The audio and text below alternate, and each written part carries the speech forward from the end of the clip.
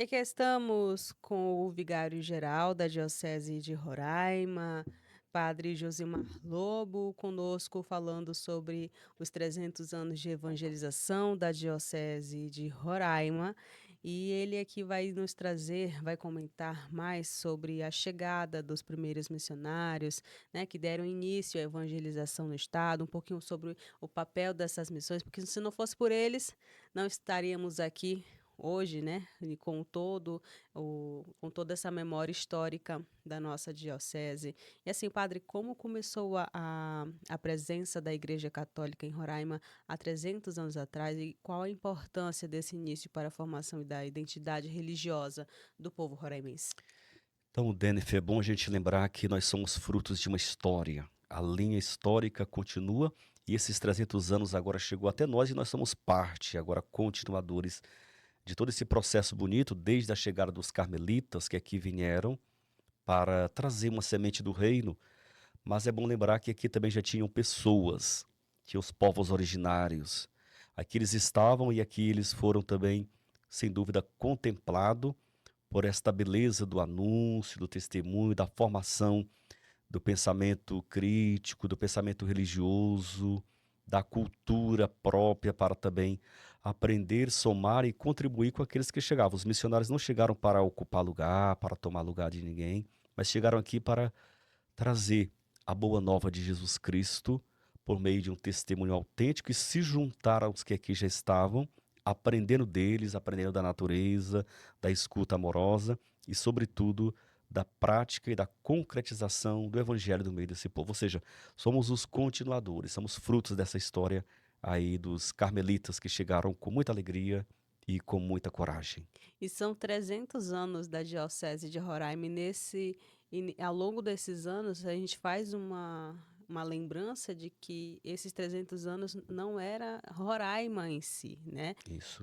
A igreja, a presença dos missionários, foi feita no antigo território do Rio Branco, que faz essa parte geográfica entre Manaus, um pouquinho do Acre, né, e teve todo Rondônia. Rondônia, teve toda essa mudança ao longo desses anos, mas eu gostaria que o senhor mencionasse um pouquinho mais dessa parte geográfica, né, sobre o papel das missões ali com os povos indígenas e hoje, e como está o andar hoje aqui no nosso estado.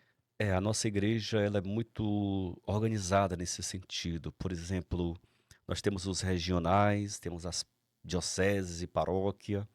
Imagina naquele tempo, não era como somos hoje. Hoje somos o Regional Norte 1, compreendemos a Igreja do Amazonas e Roraima com as suas dioceses e prelazia, mas antes disso era todo o território amazônico.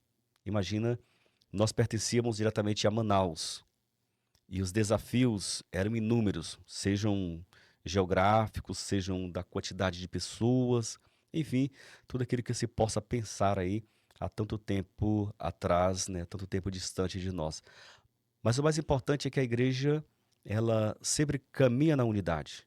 Ela estava ali com a sua sede naquele tempo ligada a Manaus, e depois que nós, como prelazia, vamos caminhando e nos tornamos também diocese, nós continuamos ligados. No entanto, agora nós temos uma sede própria, nós caminhamos, poderíamos dizer assim, com as próprias pernas, sem estar interligados, porém, foram passos significativos e a igreja se organiza desta forma, por território, por paróquias, por áreas missionárias, por municípios, aqui no contexto nosso. E assim nós estamos presentes, poderíamos dizer, em todos os cantos de Roraima, mesmo que de uma forma ainda tímida, simples, pequena, mas ali está a presença do povo de Deus. Sabe mais ou menos dizer sobre essa transição da missão aqui já no estado, né, da É. prelazia e depois para a diocese de Isso já Roraima? foi, quando nós éramos prelazia, nós fomos ali com o Papa João Paulo II, foi que nós migramos para a diocese e nos tornamos diocese, ou seja, a prelazia ela funciona quando ainda fica muito dependente de Roma, não consegue ter passos próprios para caminhar. Ela é uma igreja que está sempre confiada a uma congregação. Claro, hoje dependemos muito ainda das congregações religiosas, mas foi com o Papa João Paulo II que nós fomos elevados à categoria de diocese e hoje caminhamos ainda de forma lenta, poderíamos dizer, necessitada de muitos braços para ajudar, mas hoje somos uma diocese própria. O senhor lembrou sobre o Papa, né, que ajudou nessa transição, mas eu gostaria que o senhor mencionasse em sua memória os bispos que marcaram, né, essa trajetória dos 300 anos. Eu imagino que todos os bispos que aqui passaram deixaram sua marca, deixaram sua história. Imagina os contextos para aqueles que chegaram primeiro. E até nós, desde os primeiros que ali chegaram, a partir de Dom Aldo Mongiano, primeiro bispo diocesano, nós começamos a ver as grandes lutas por sempre conservar, manter vivo a história, a vida, a missão, a cultura dos povos originários. Então, isso foram situações que nem sempre foram compreensíveis, no sentido de que a igreja sempre teve sua missão profética, de estar ao lado daqueles que são os menores, não para deixá-los inferiorizados, nem para deixar permanecer ali na menoridade, mas por fazer uma opção para aqueles que são os prediletos de Jesus. E Dom Aldo, por esta opção, por esta escolha, os povos indígenas, experimentou o flagelo da rejeição, da perseguição, mas sobretudo do profetismo da coragem, né? Depois nós tivemos também Dom Aparecido, que experimentou aqui muitas dificuldades.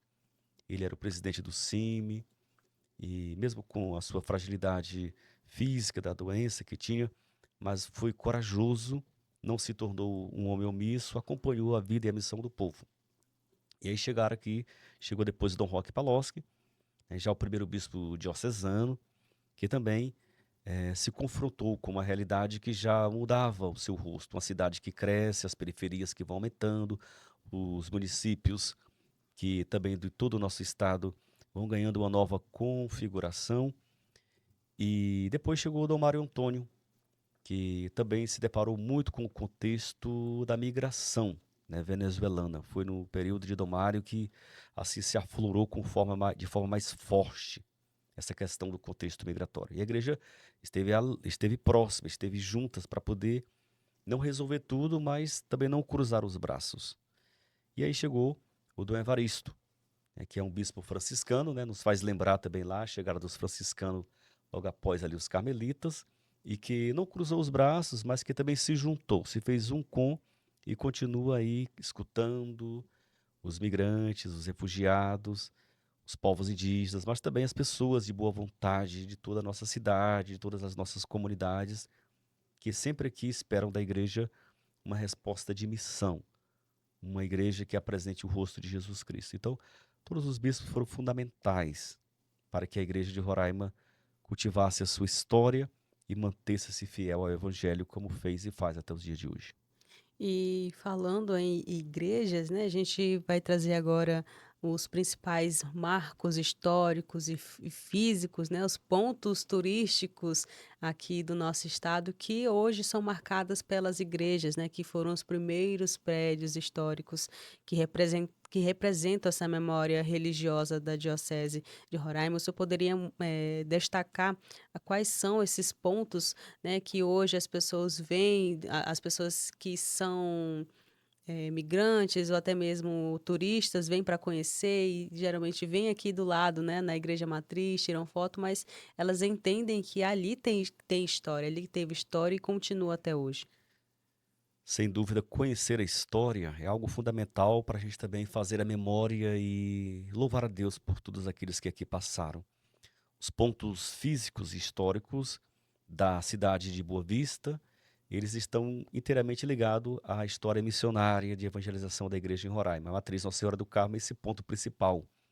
É claro que não era assim logo no início, mas ela continua mantendo aí os seus modelos germânicos e a igreja matriz é esse ponto, esse cartão postal da cidade de Boa Vista. Quem vem aqui já se depara logo com uma beleza de uma construção que fala muito mais pelo seu formato, pelo seu jeito do que pelas palavras. A prelazia o prédio da prelazia de Roraima, hoje a residência episcopal, né, onde mora o nosso bispo. Aqui a Casa João 23, onde está a nossa rádio, a Escola São José e a maternidade. E hoje poderíamos dizer já mais recente a igrejinha São Sebastião, a igreja catedral, que eu diria mais nova, seus 53 anos. E, enfim, são muitos prédios, muitas obras que estão inteiramente ligados com a história de evangelização. Se você vai na Jaime Brasil, a Casa da Cultura, né? E tantas outras coisas, prédios bonitos que aqui se tem, quando a gente vai olhar, tem um dedinho ali de algum missionário, de alguma missionária, de alguém que passou por ali. Temos ali a casa também Paulo VI, no Calungá, hoje, que também já é bem mais recente, mas é um marco histórico também da nossa diocese.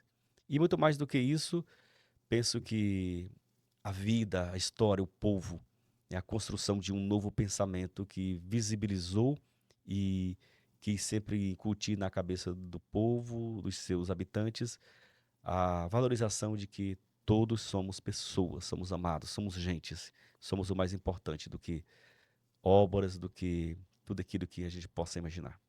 E entre memórias que foram, destacadas, a gente traz agora os desafios que a igreja enfrenta hoje, né, a secularização, juventude, a questão das redes sociais que está ali maçante, né, esse diálogo interreligioso, hoje a sustentabilidade, o meio ambiente, que é algo que está sendo muito fomentado, principalmente diante da COP30, né, e na sua visão, celebrar esses 300 anos também é olhar para o futuro, né. O Papa Francisco sempre teve essa visão de olhar para o futuro, de ter, em mente os povos que virão. E, assim, quais são os novos desafios e esperanças para a Diocese de Roraima nesses próximos anos, quem sabe mais 300 anos de evangelização? Pois é, penso eu que nós não podemos negar a história, mas também não podemos perder de vista, né, o futuro, vivendo o presente com muita intensidade e com muito compromisso.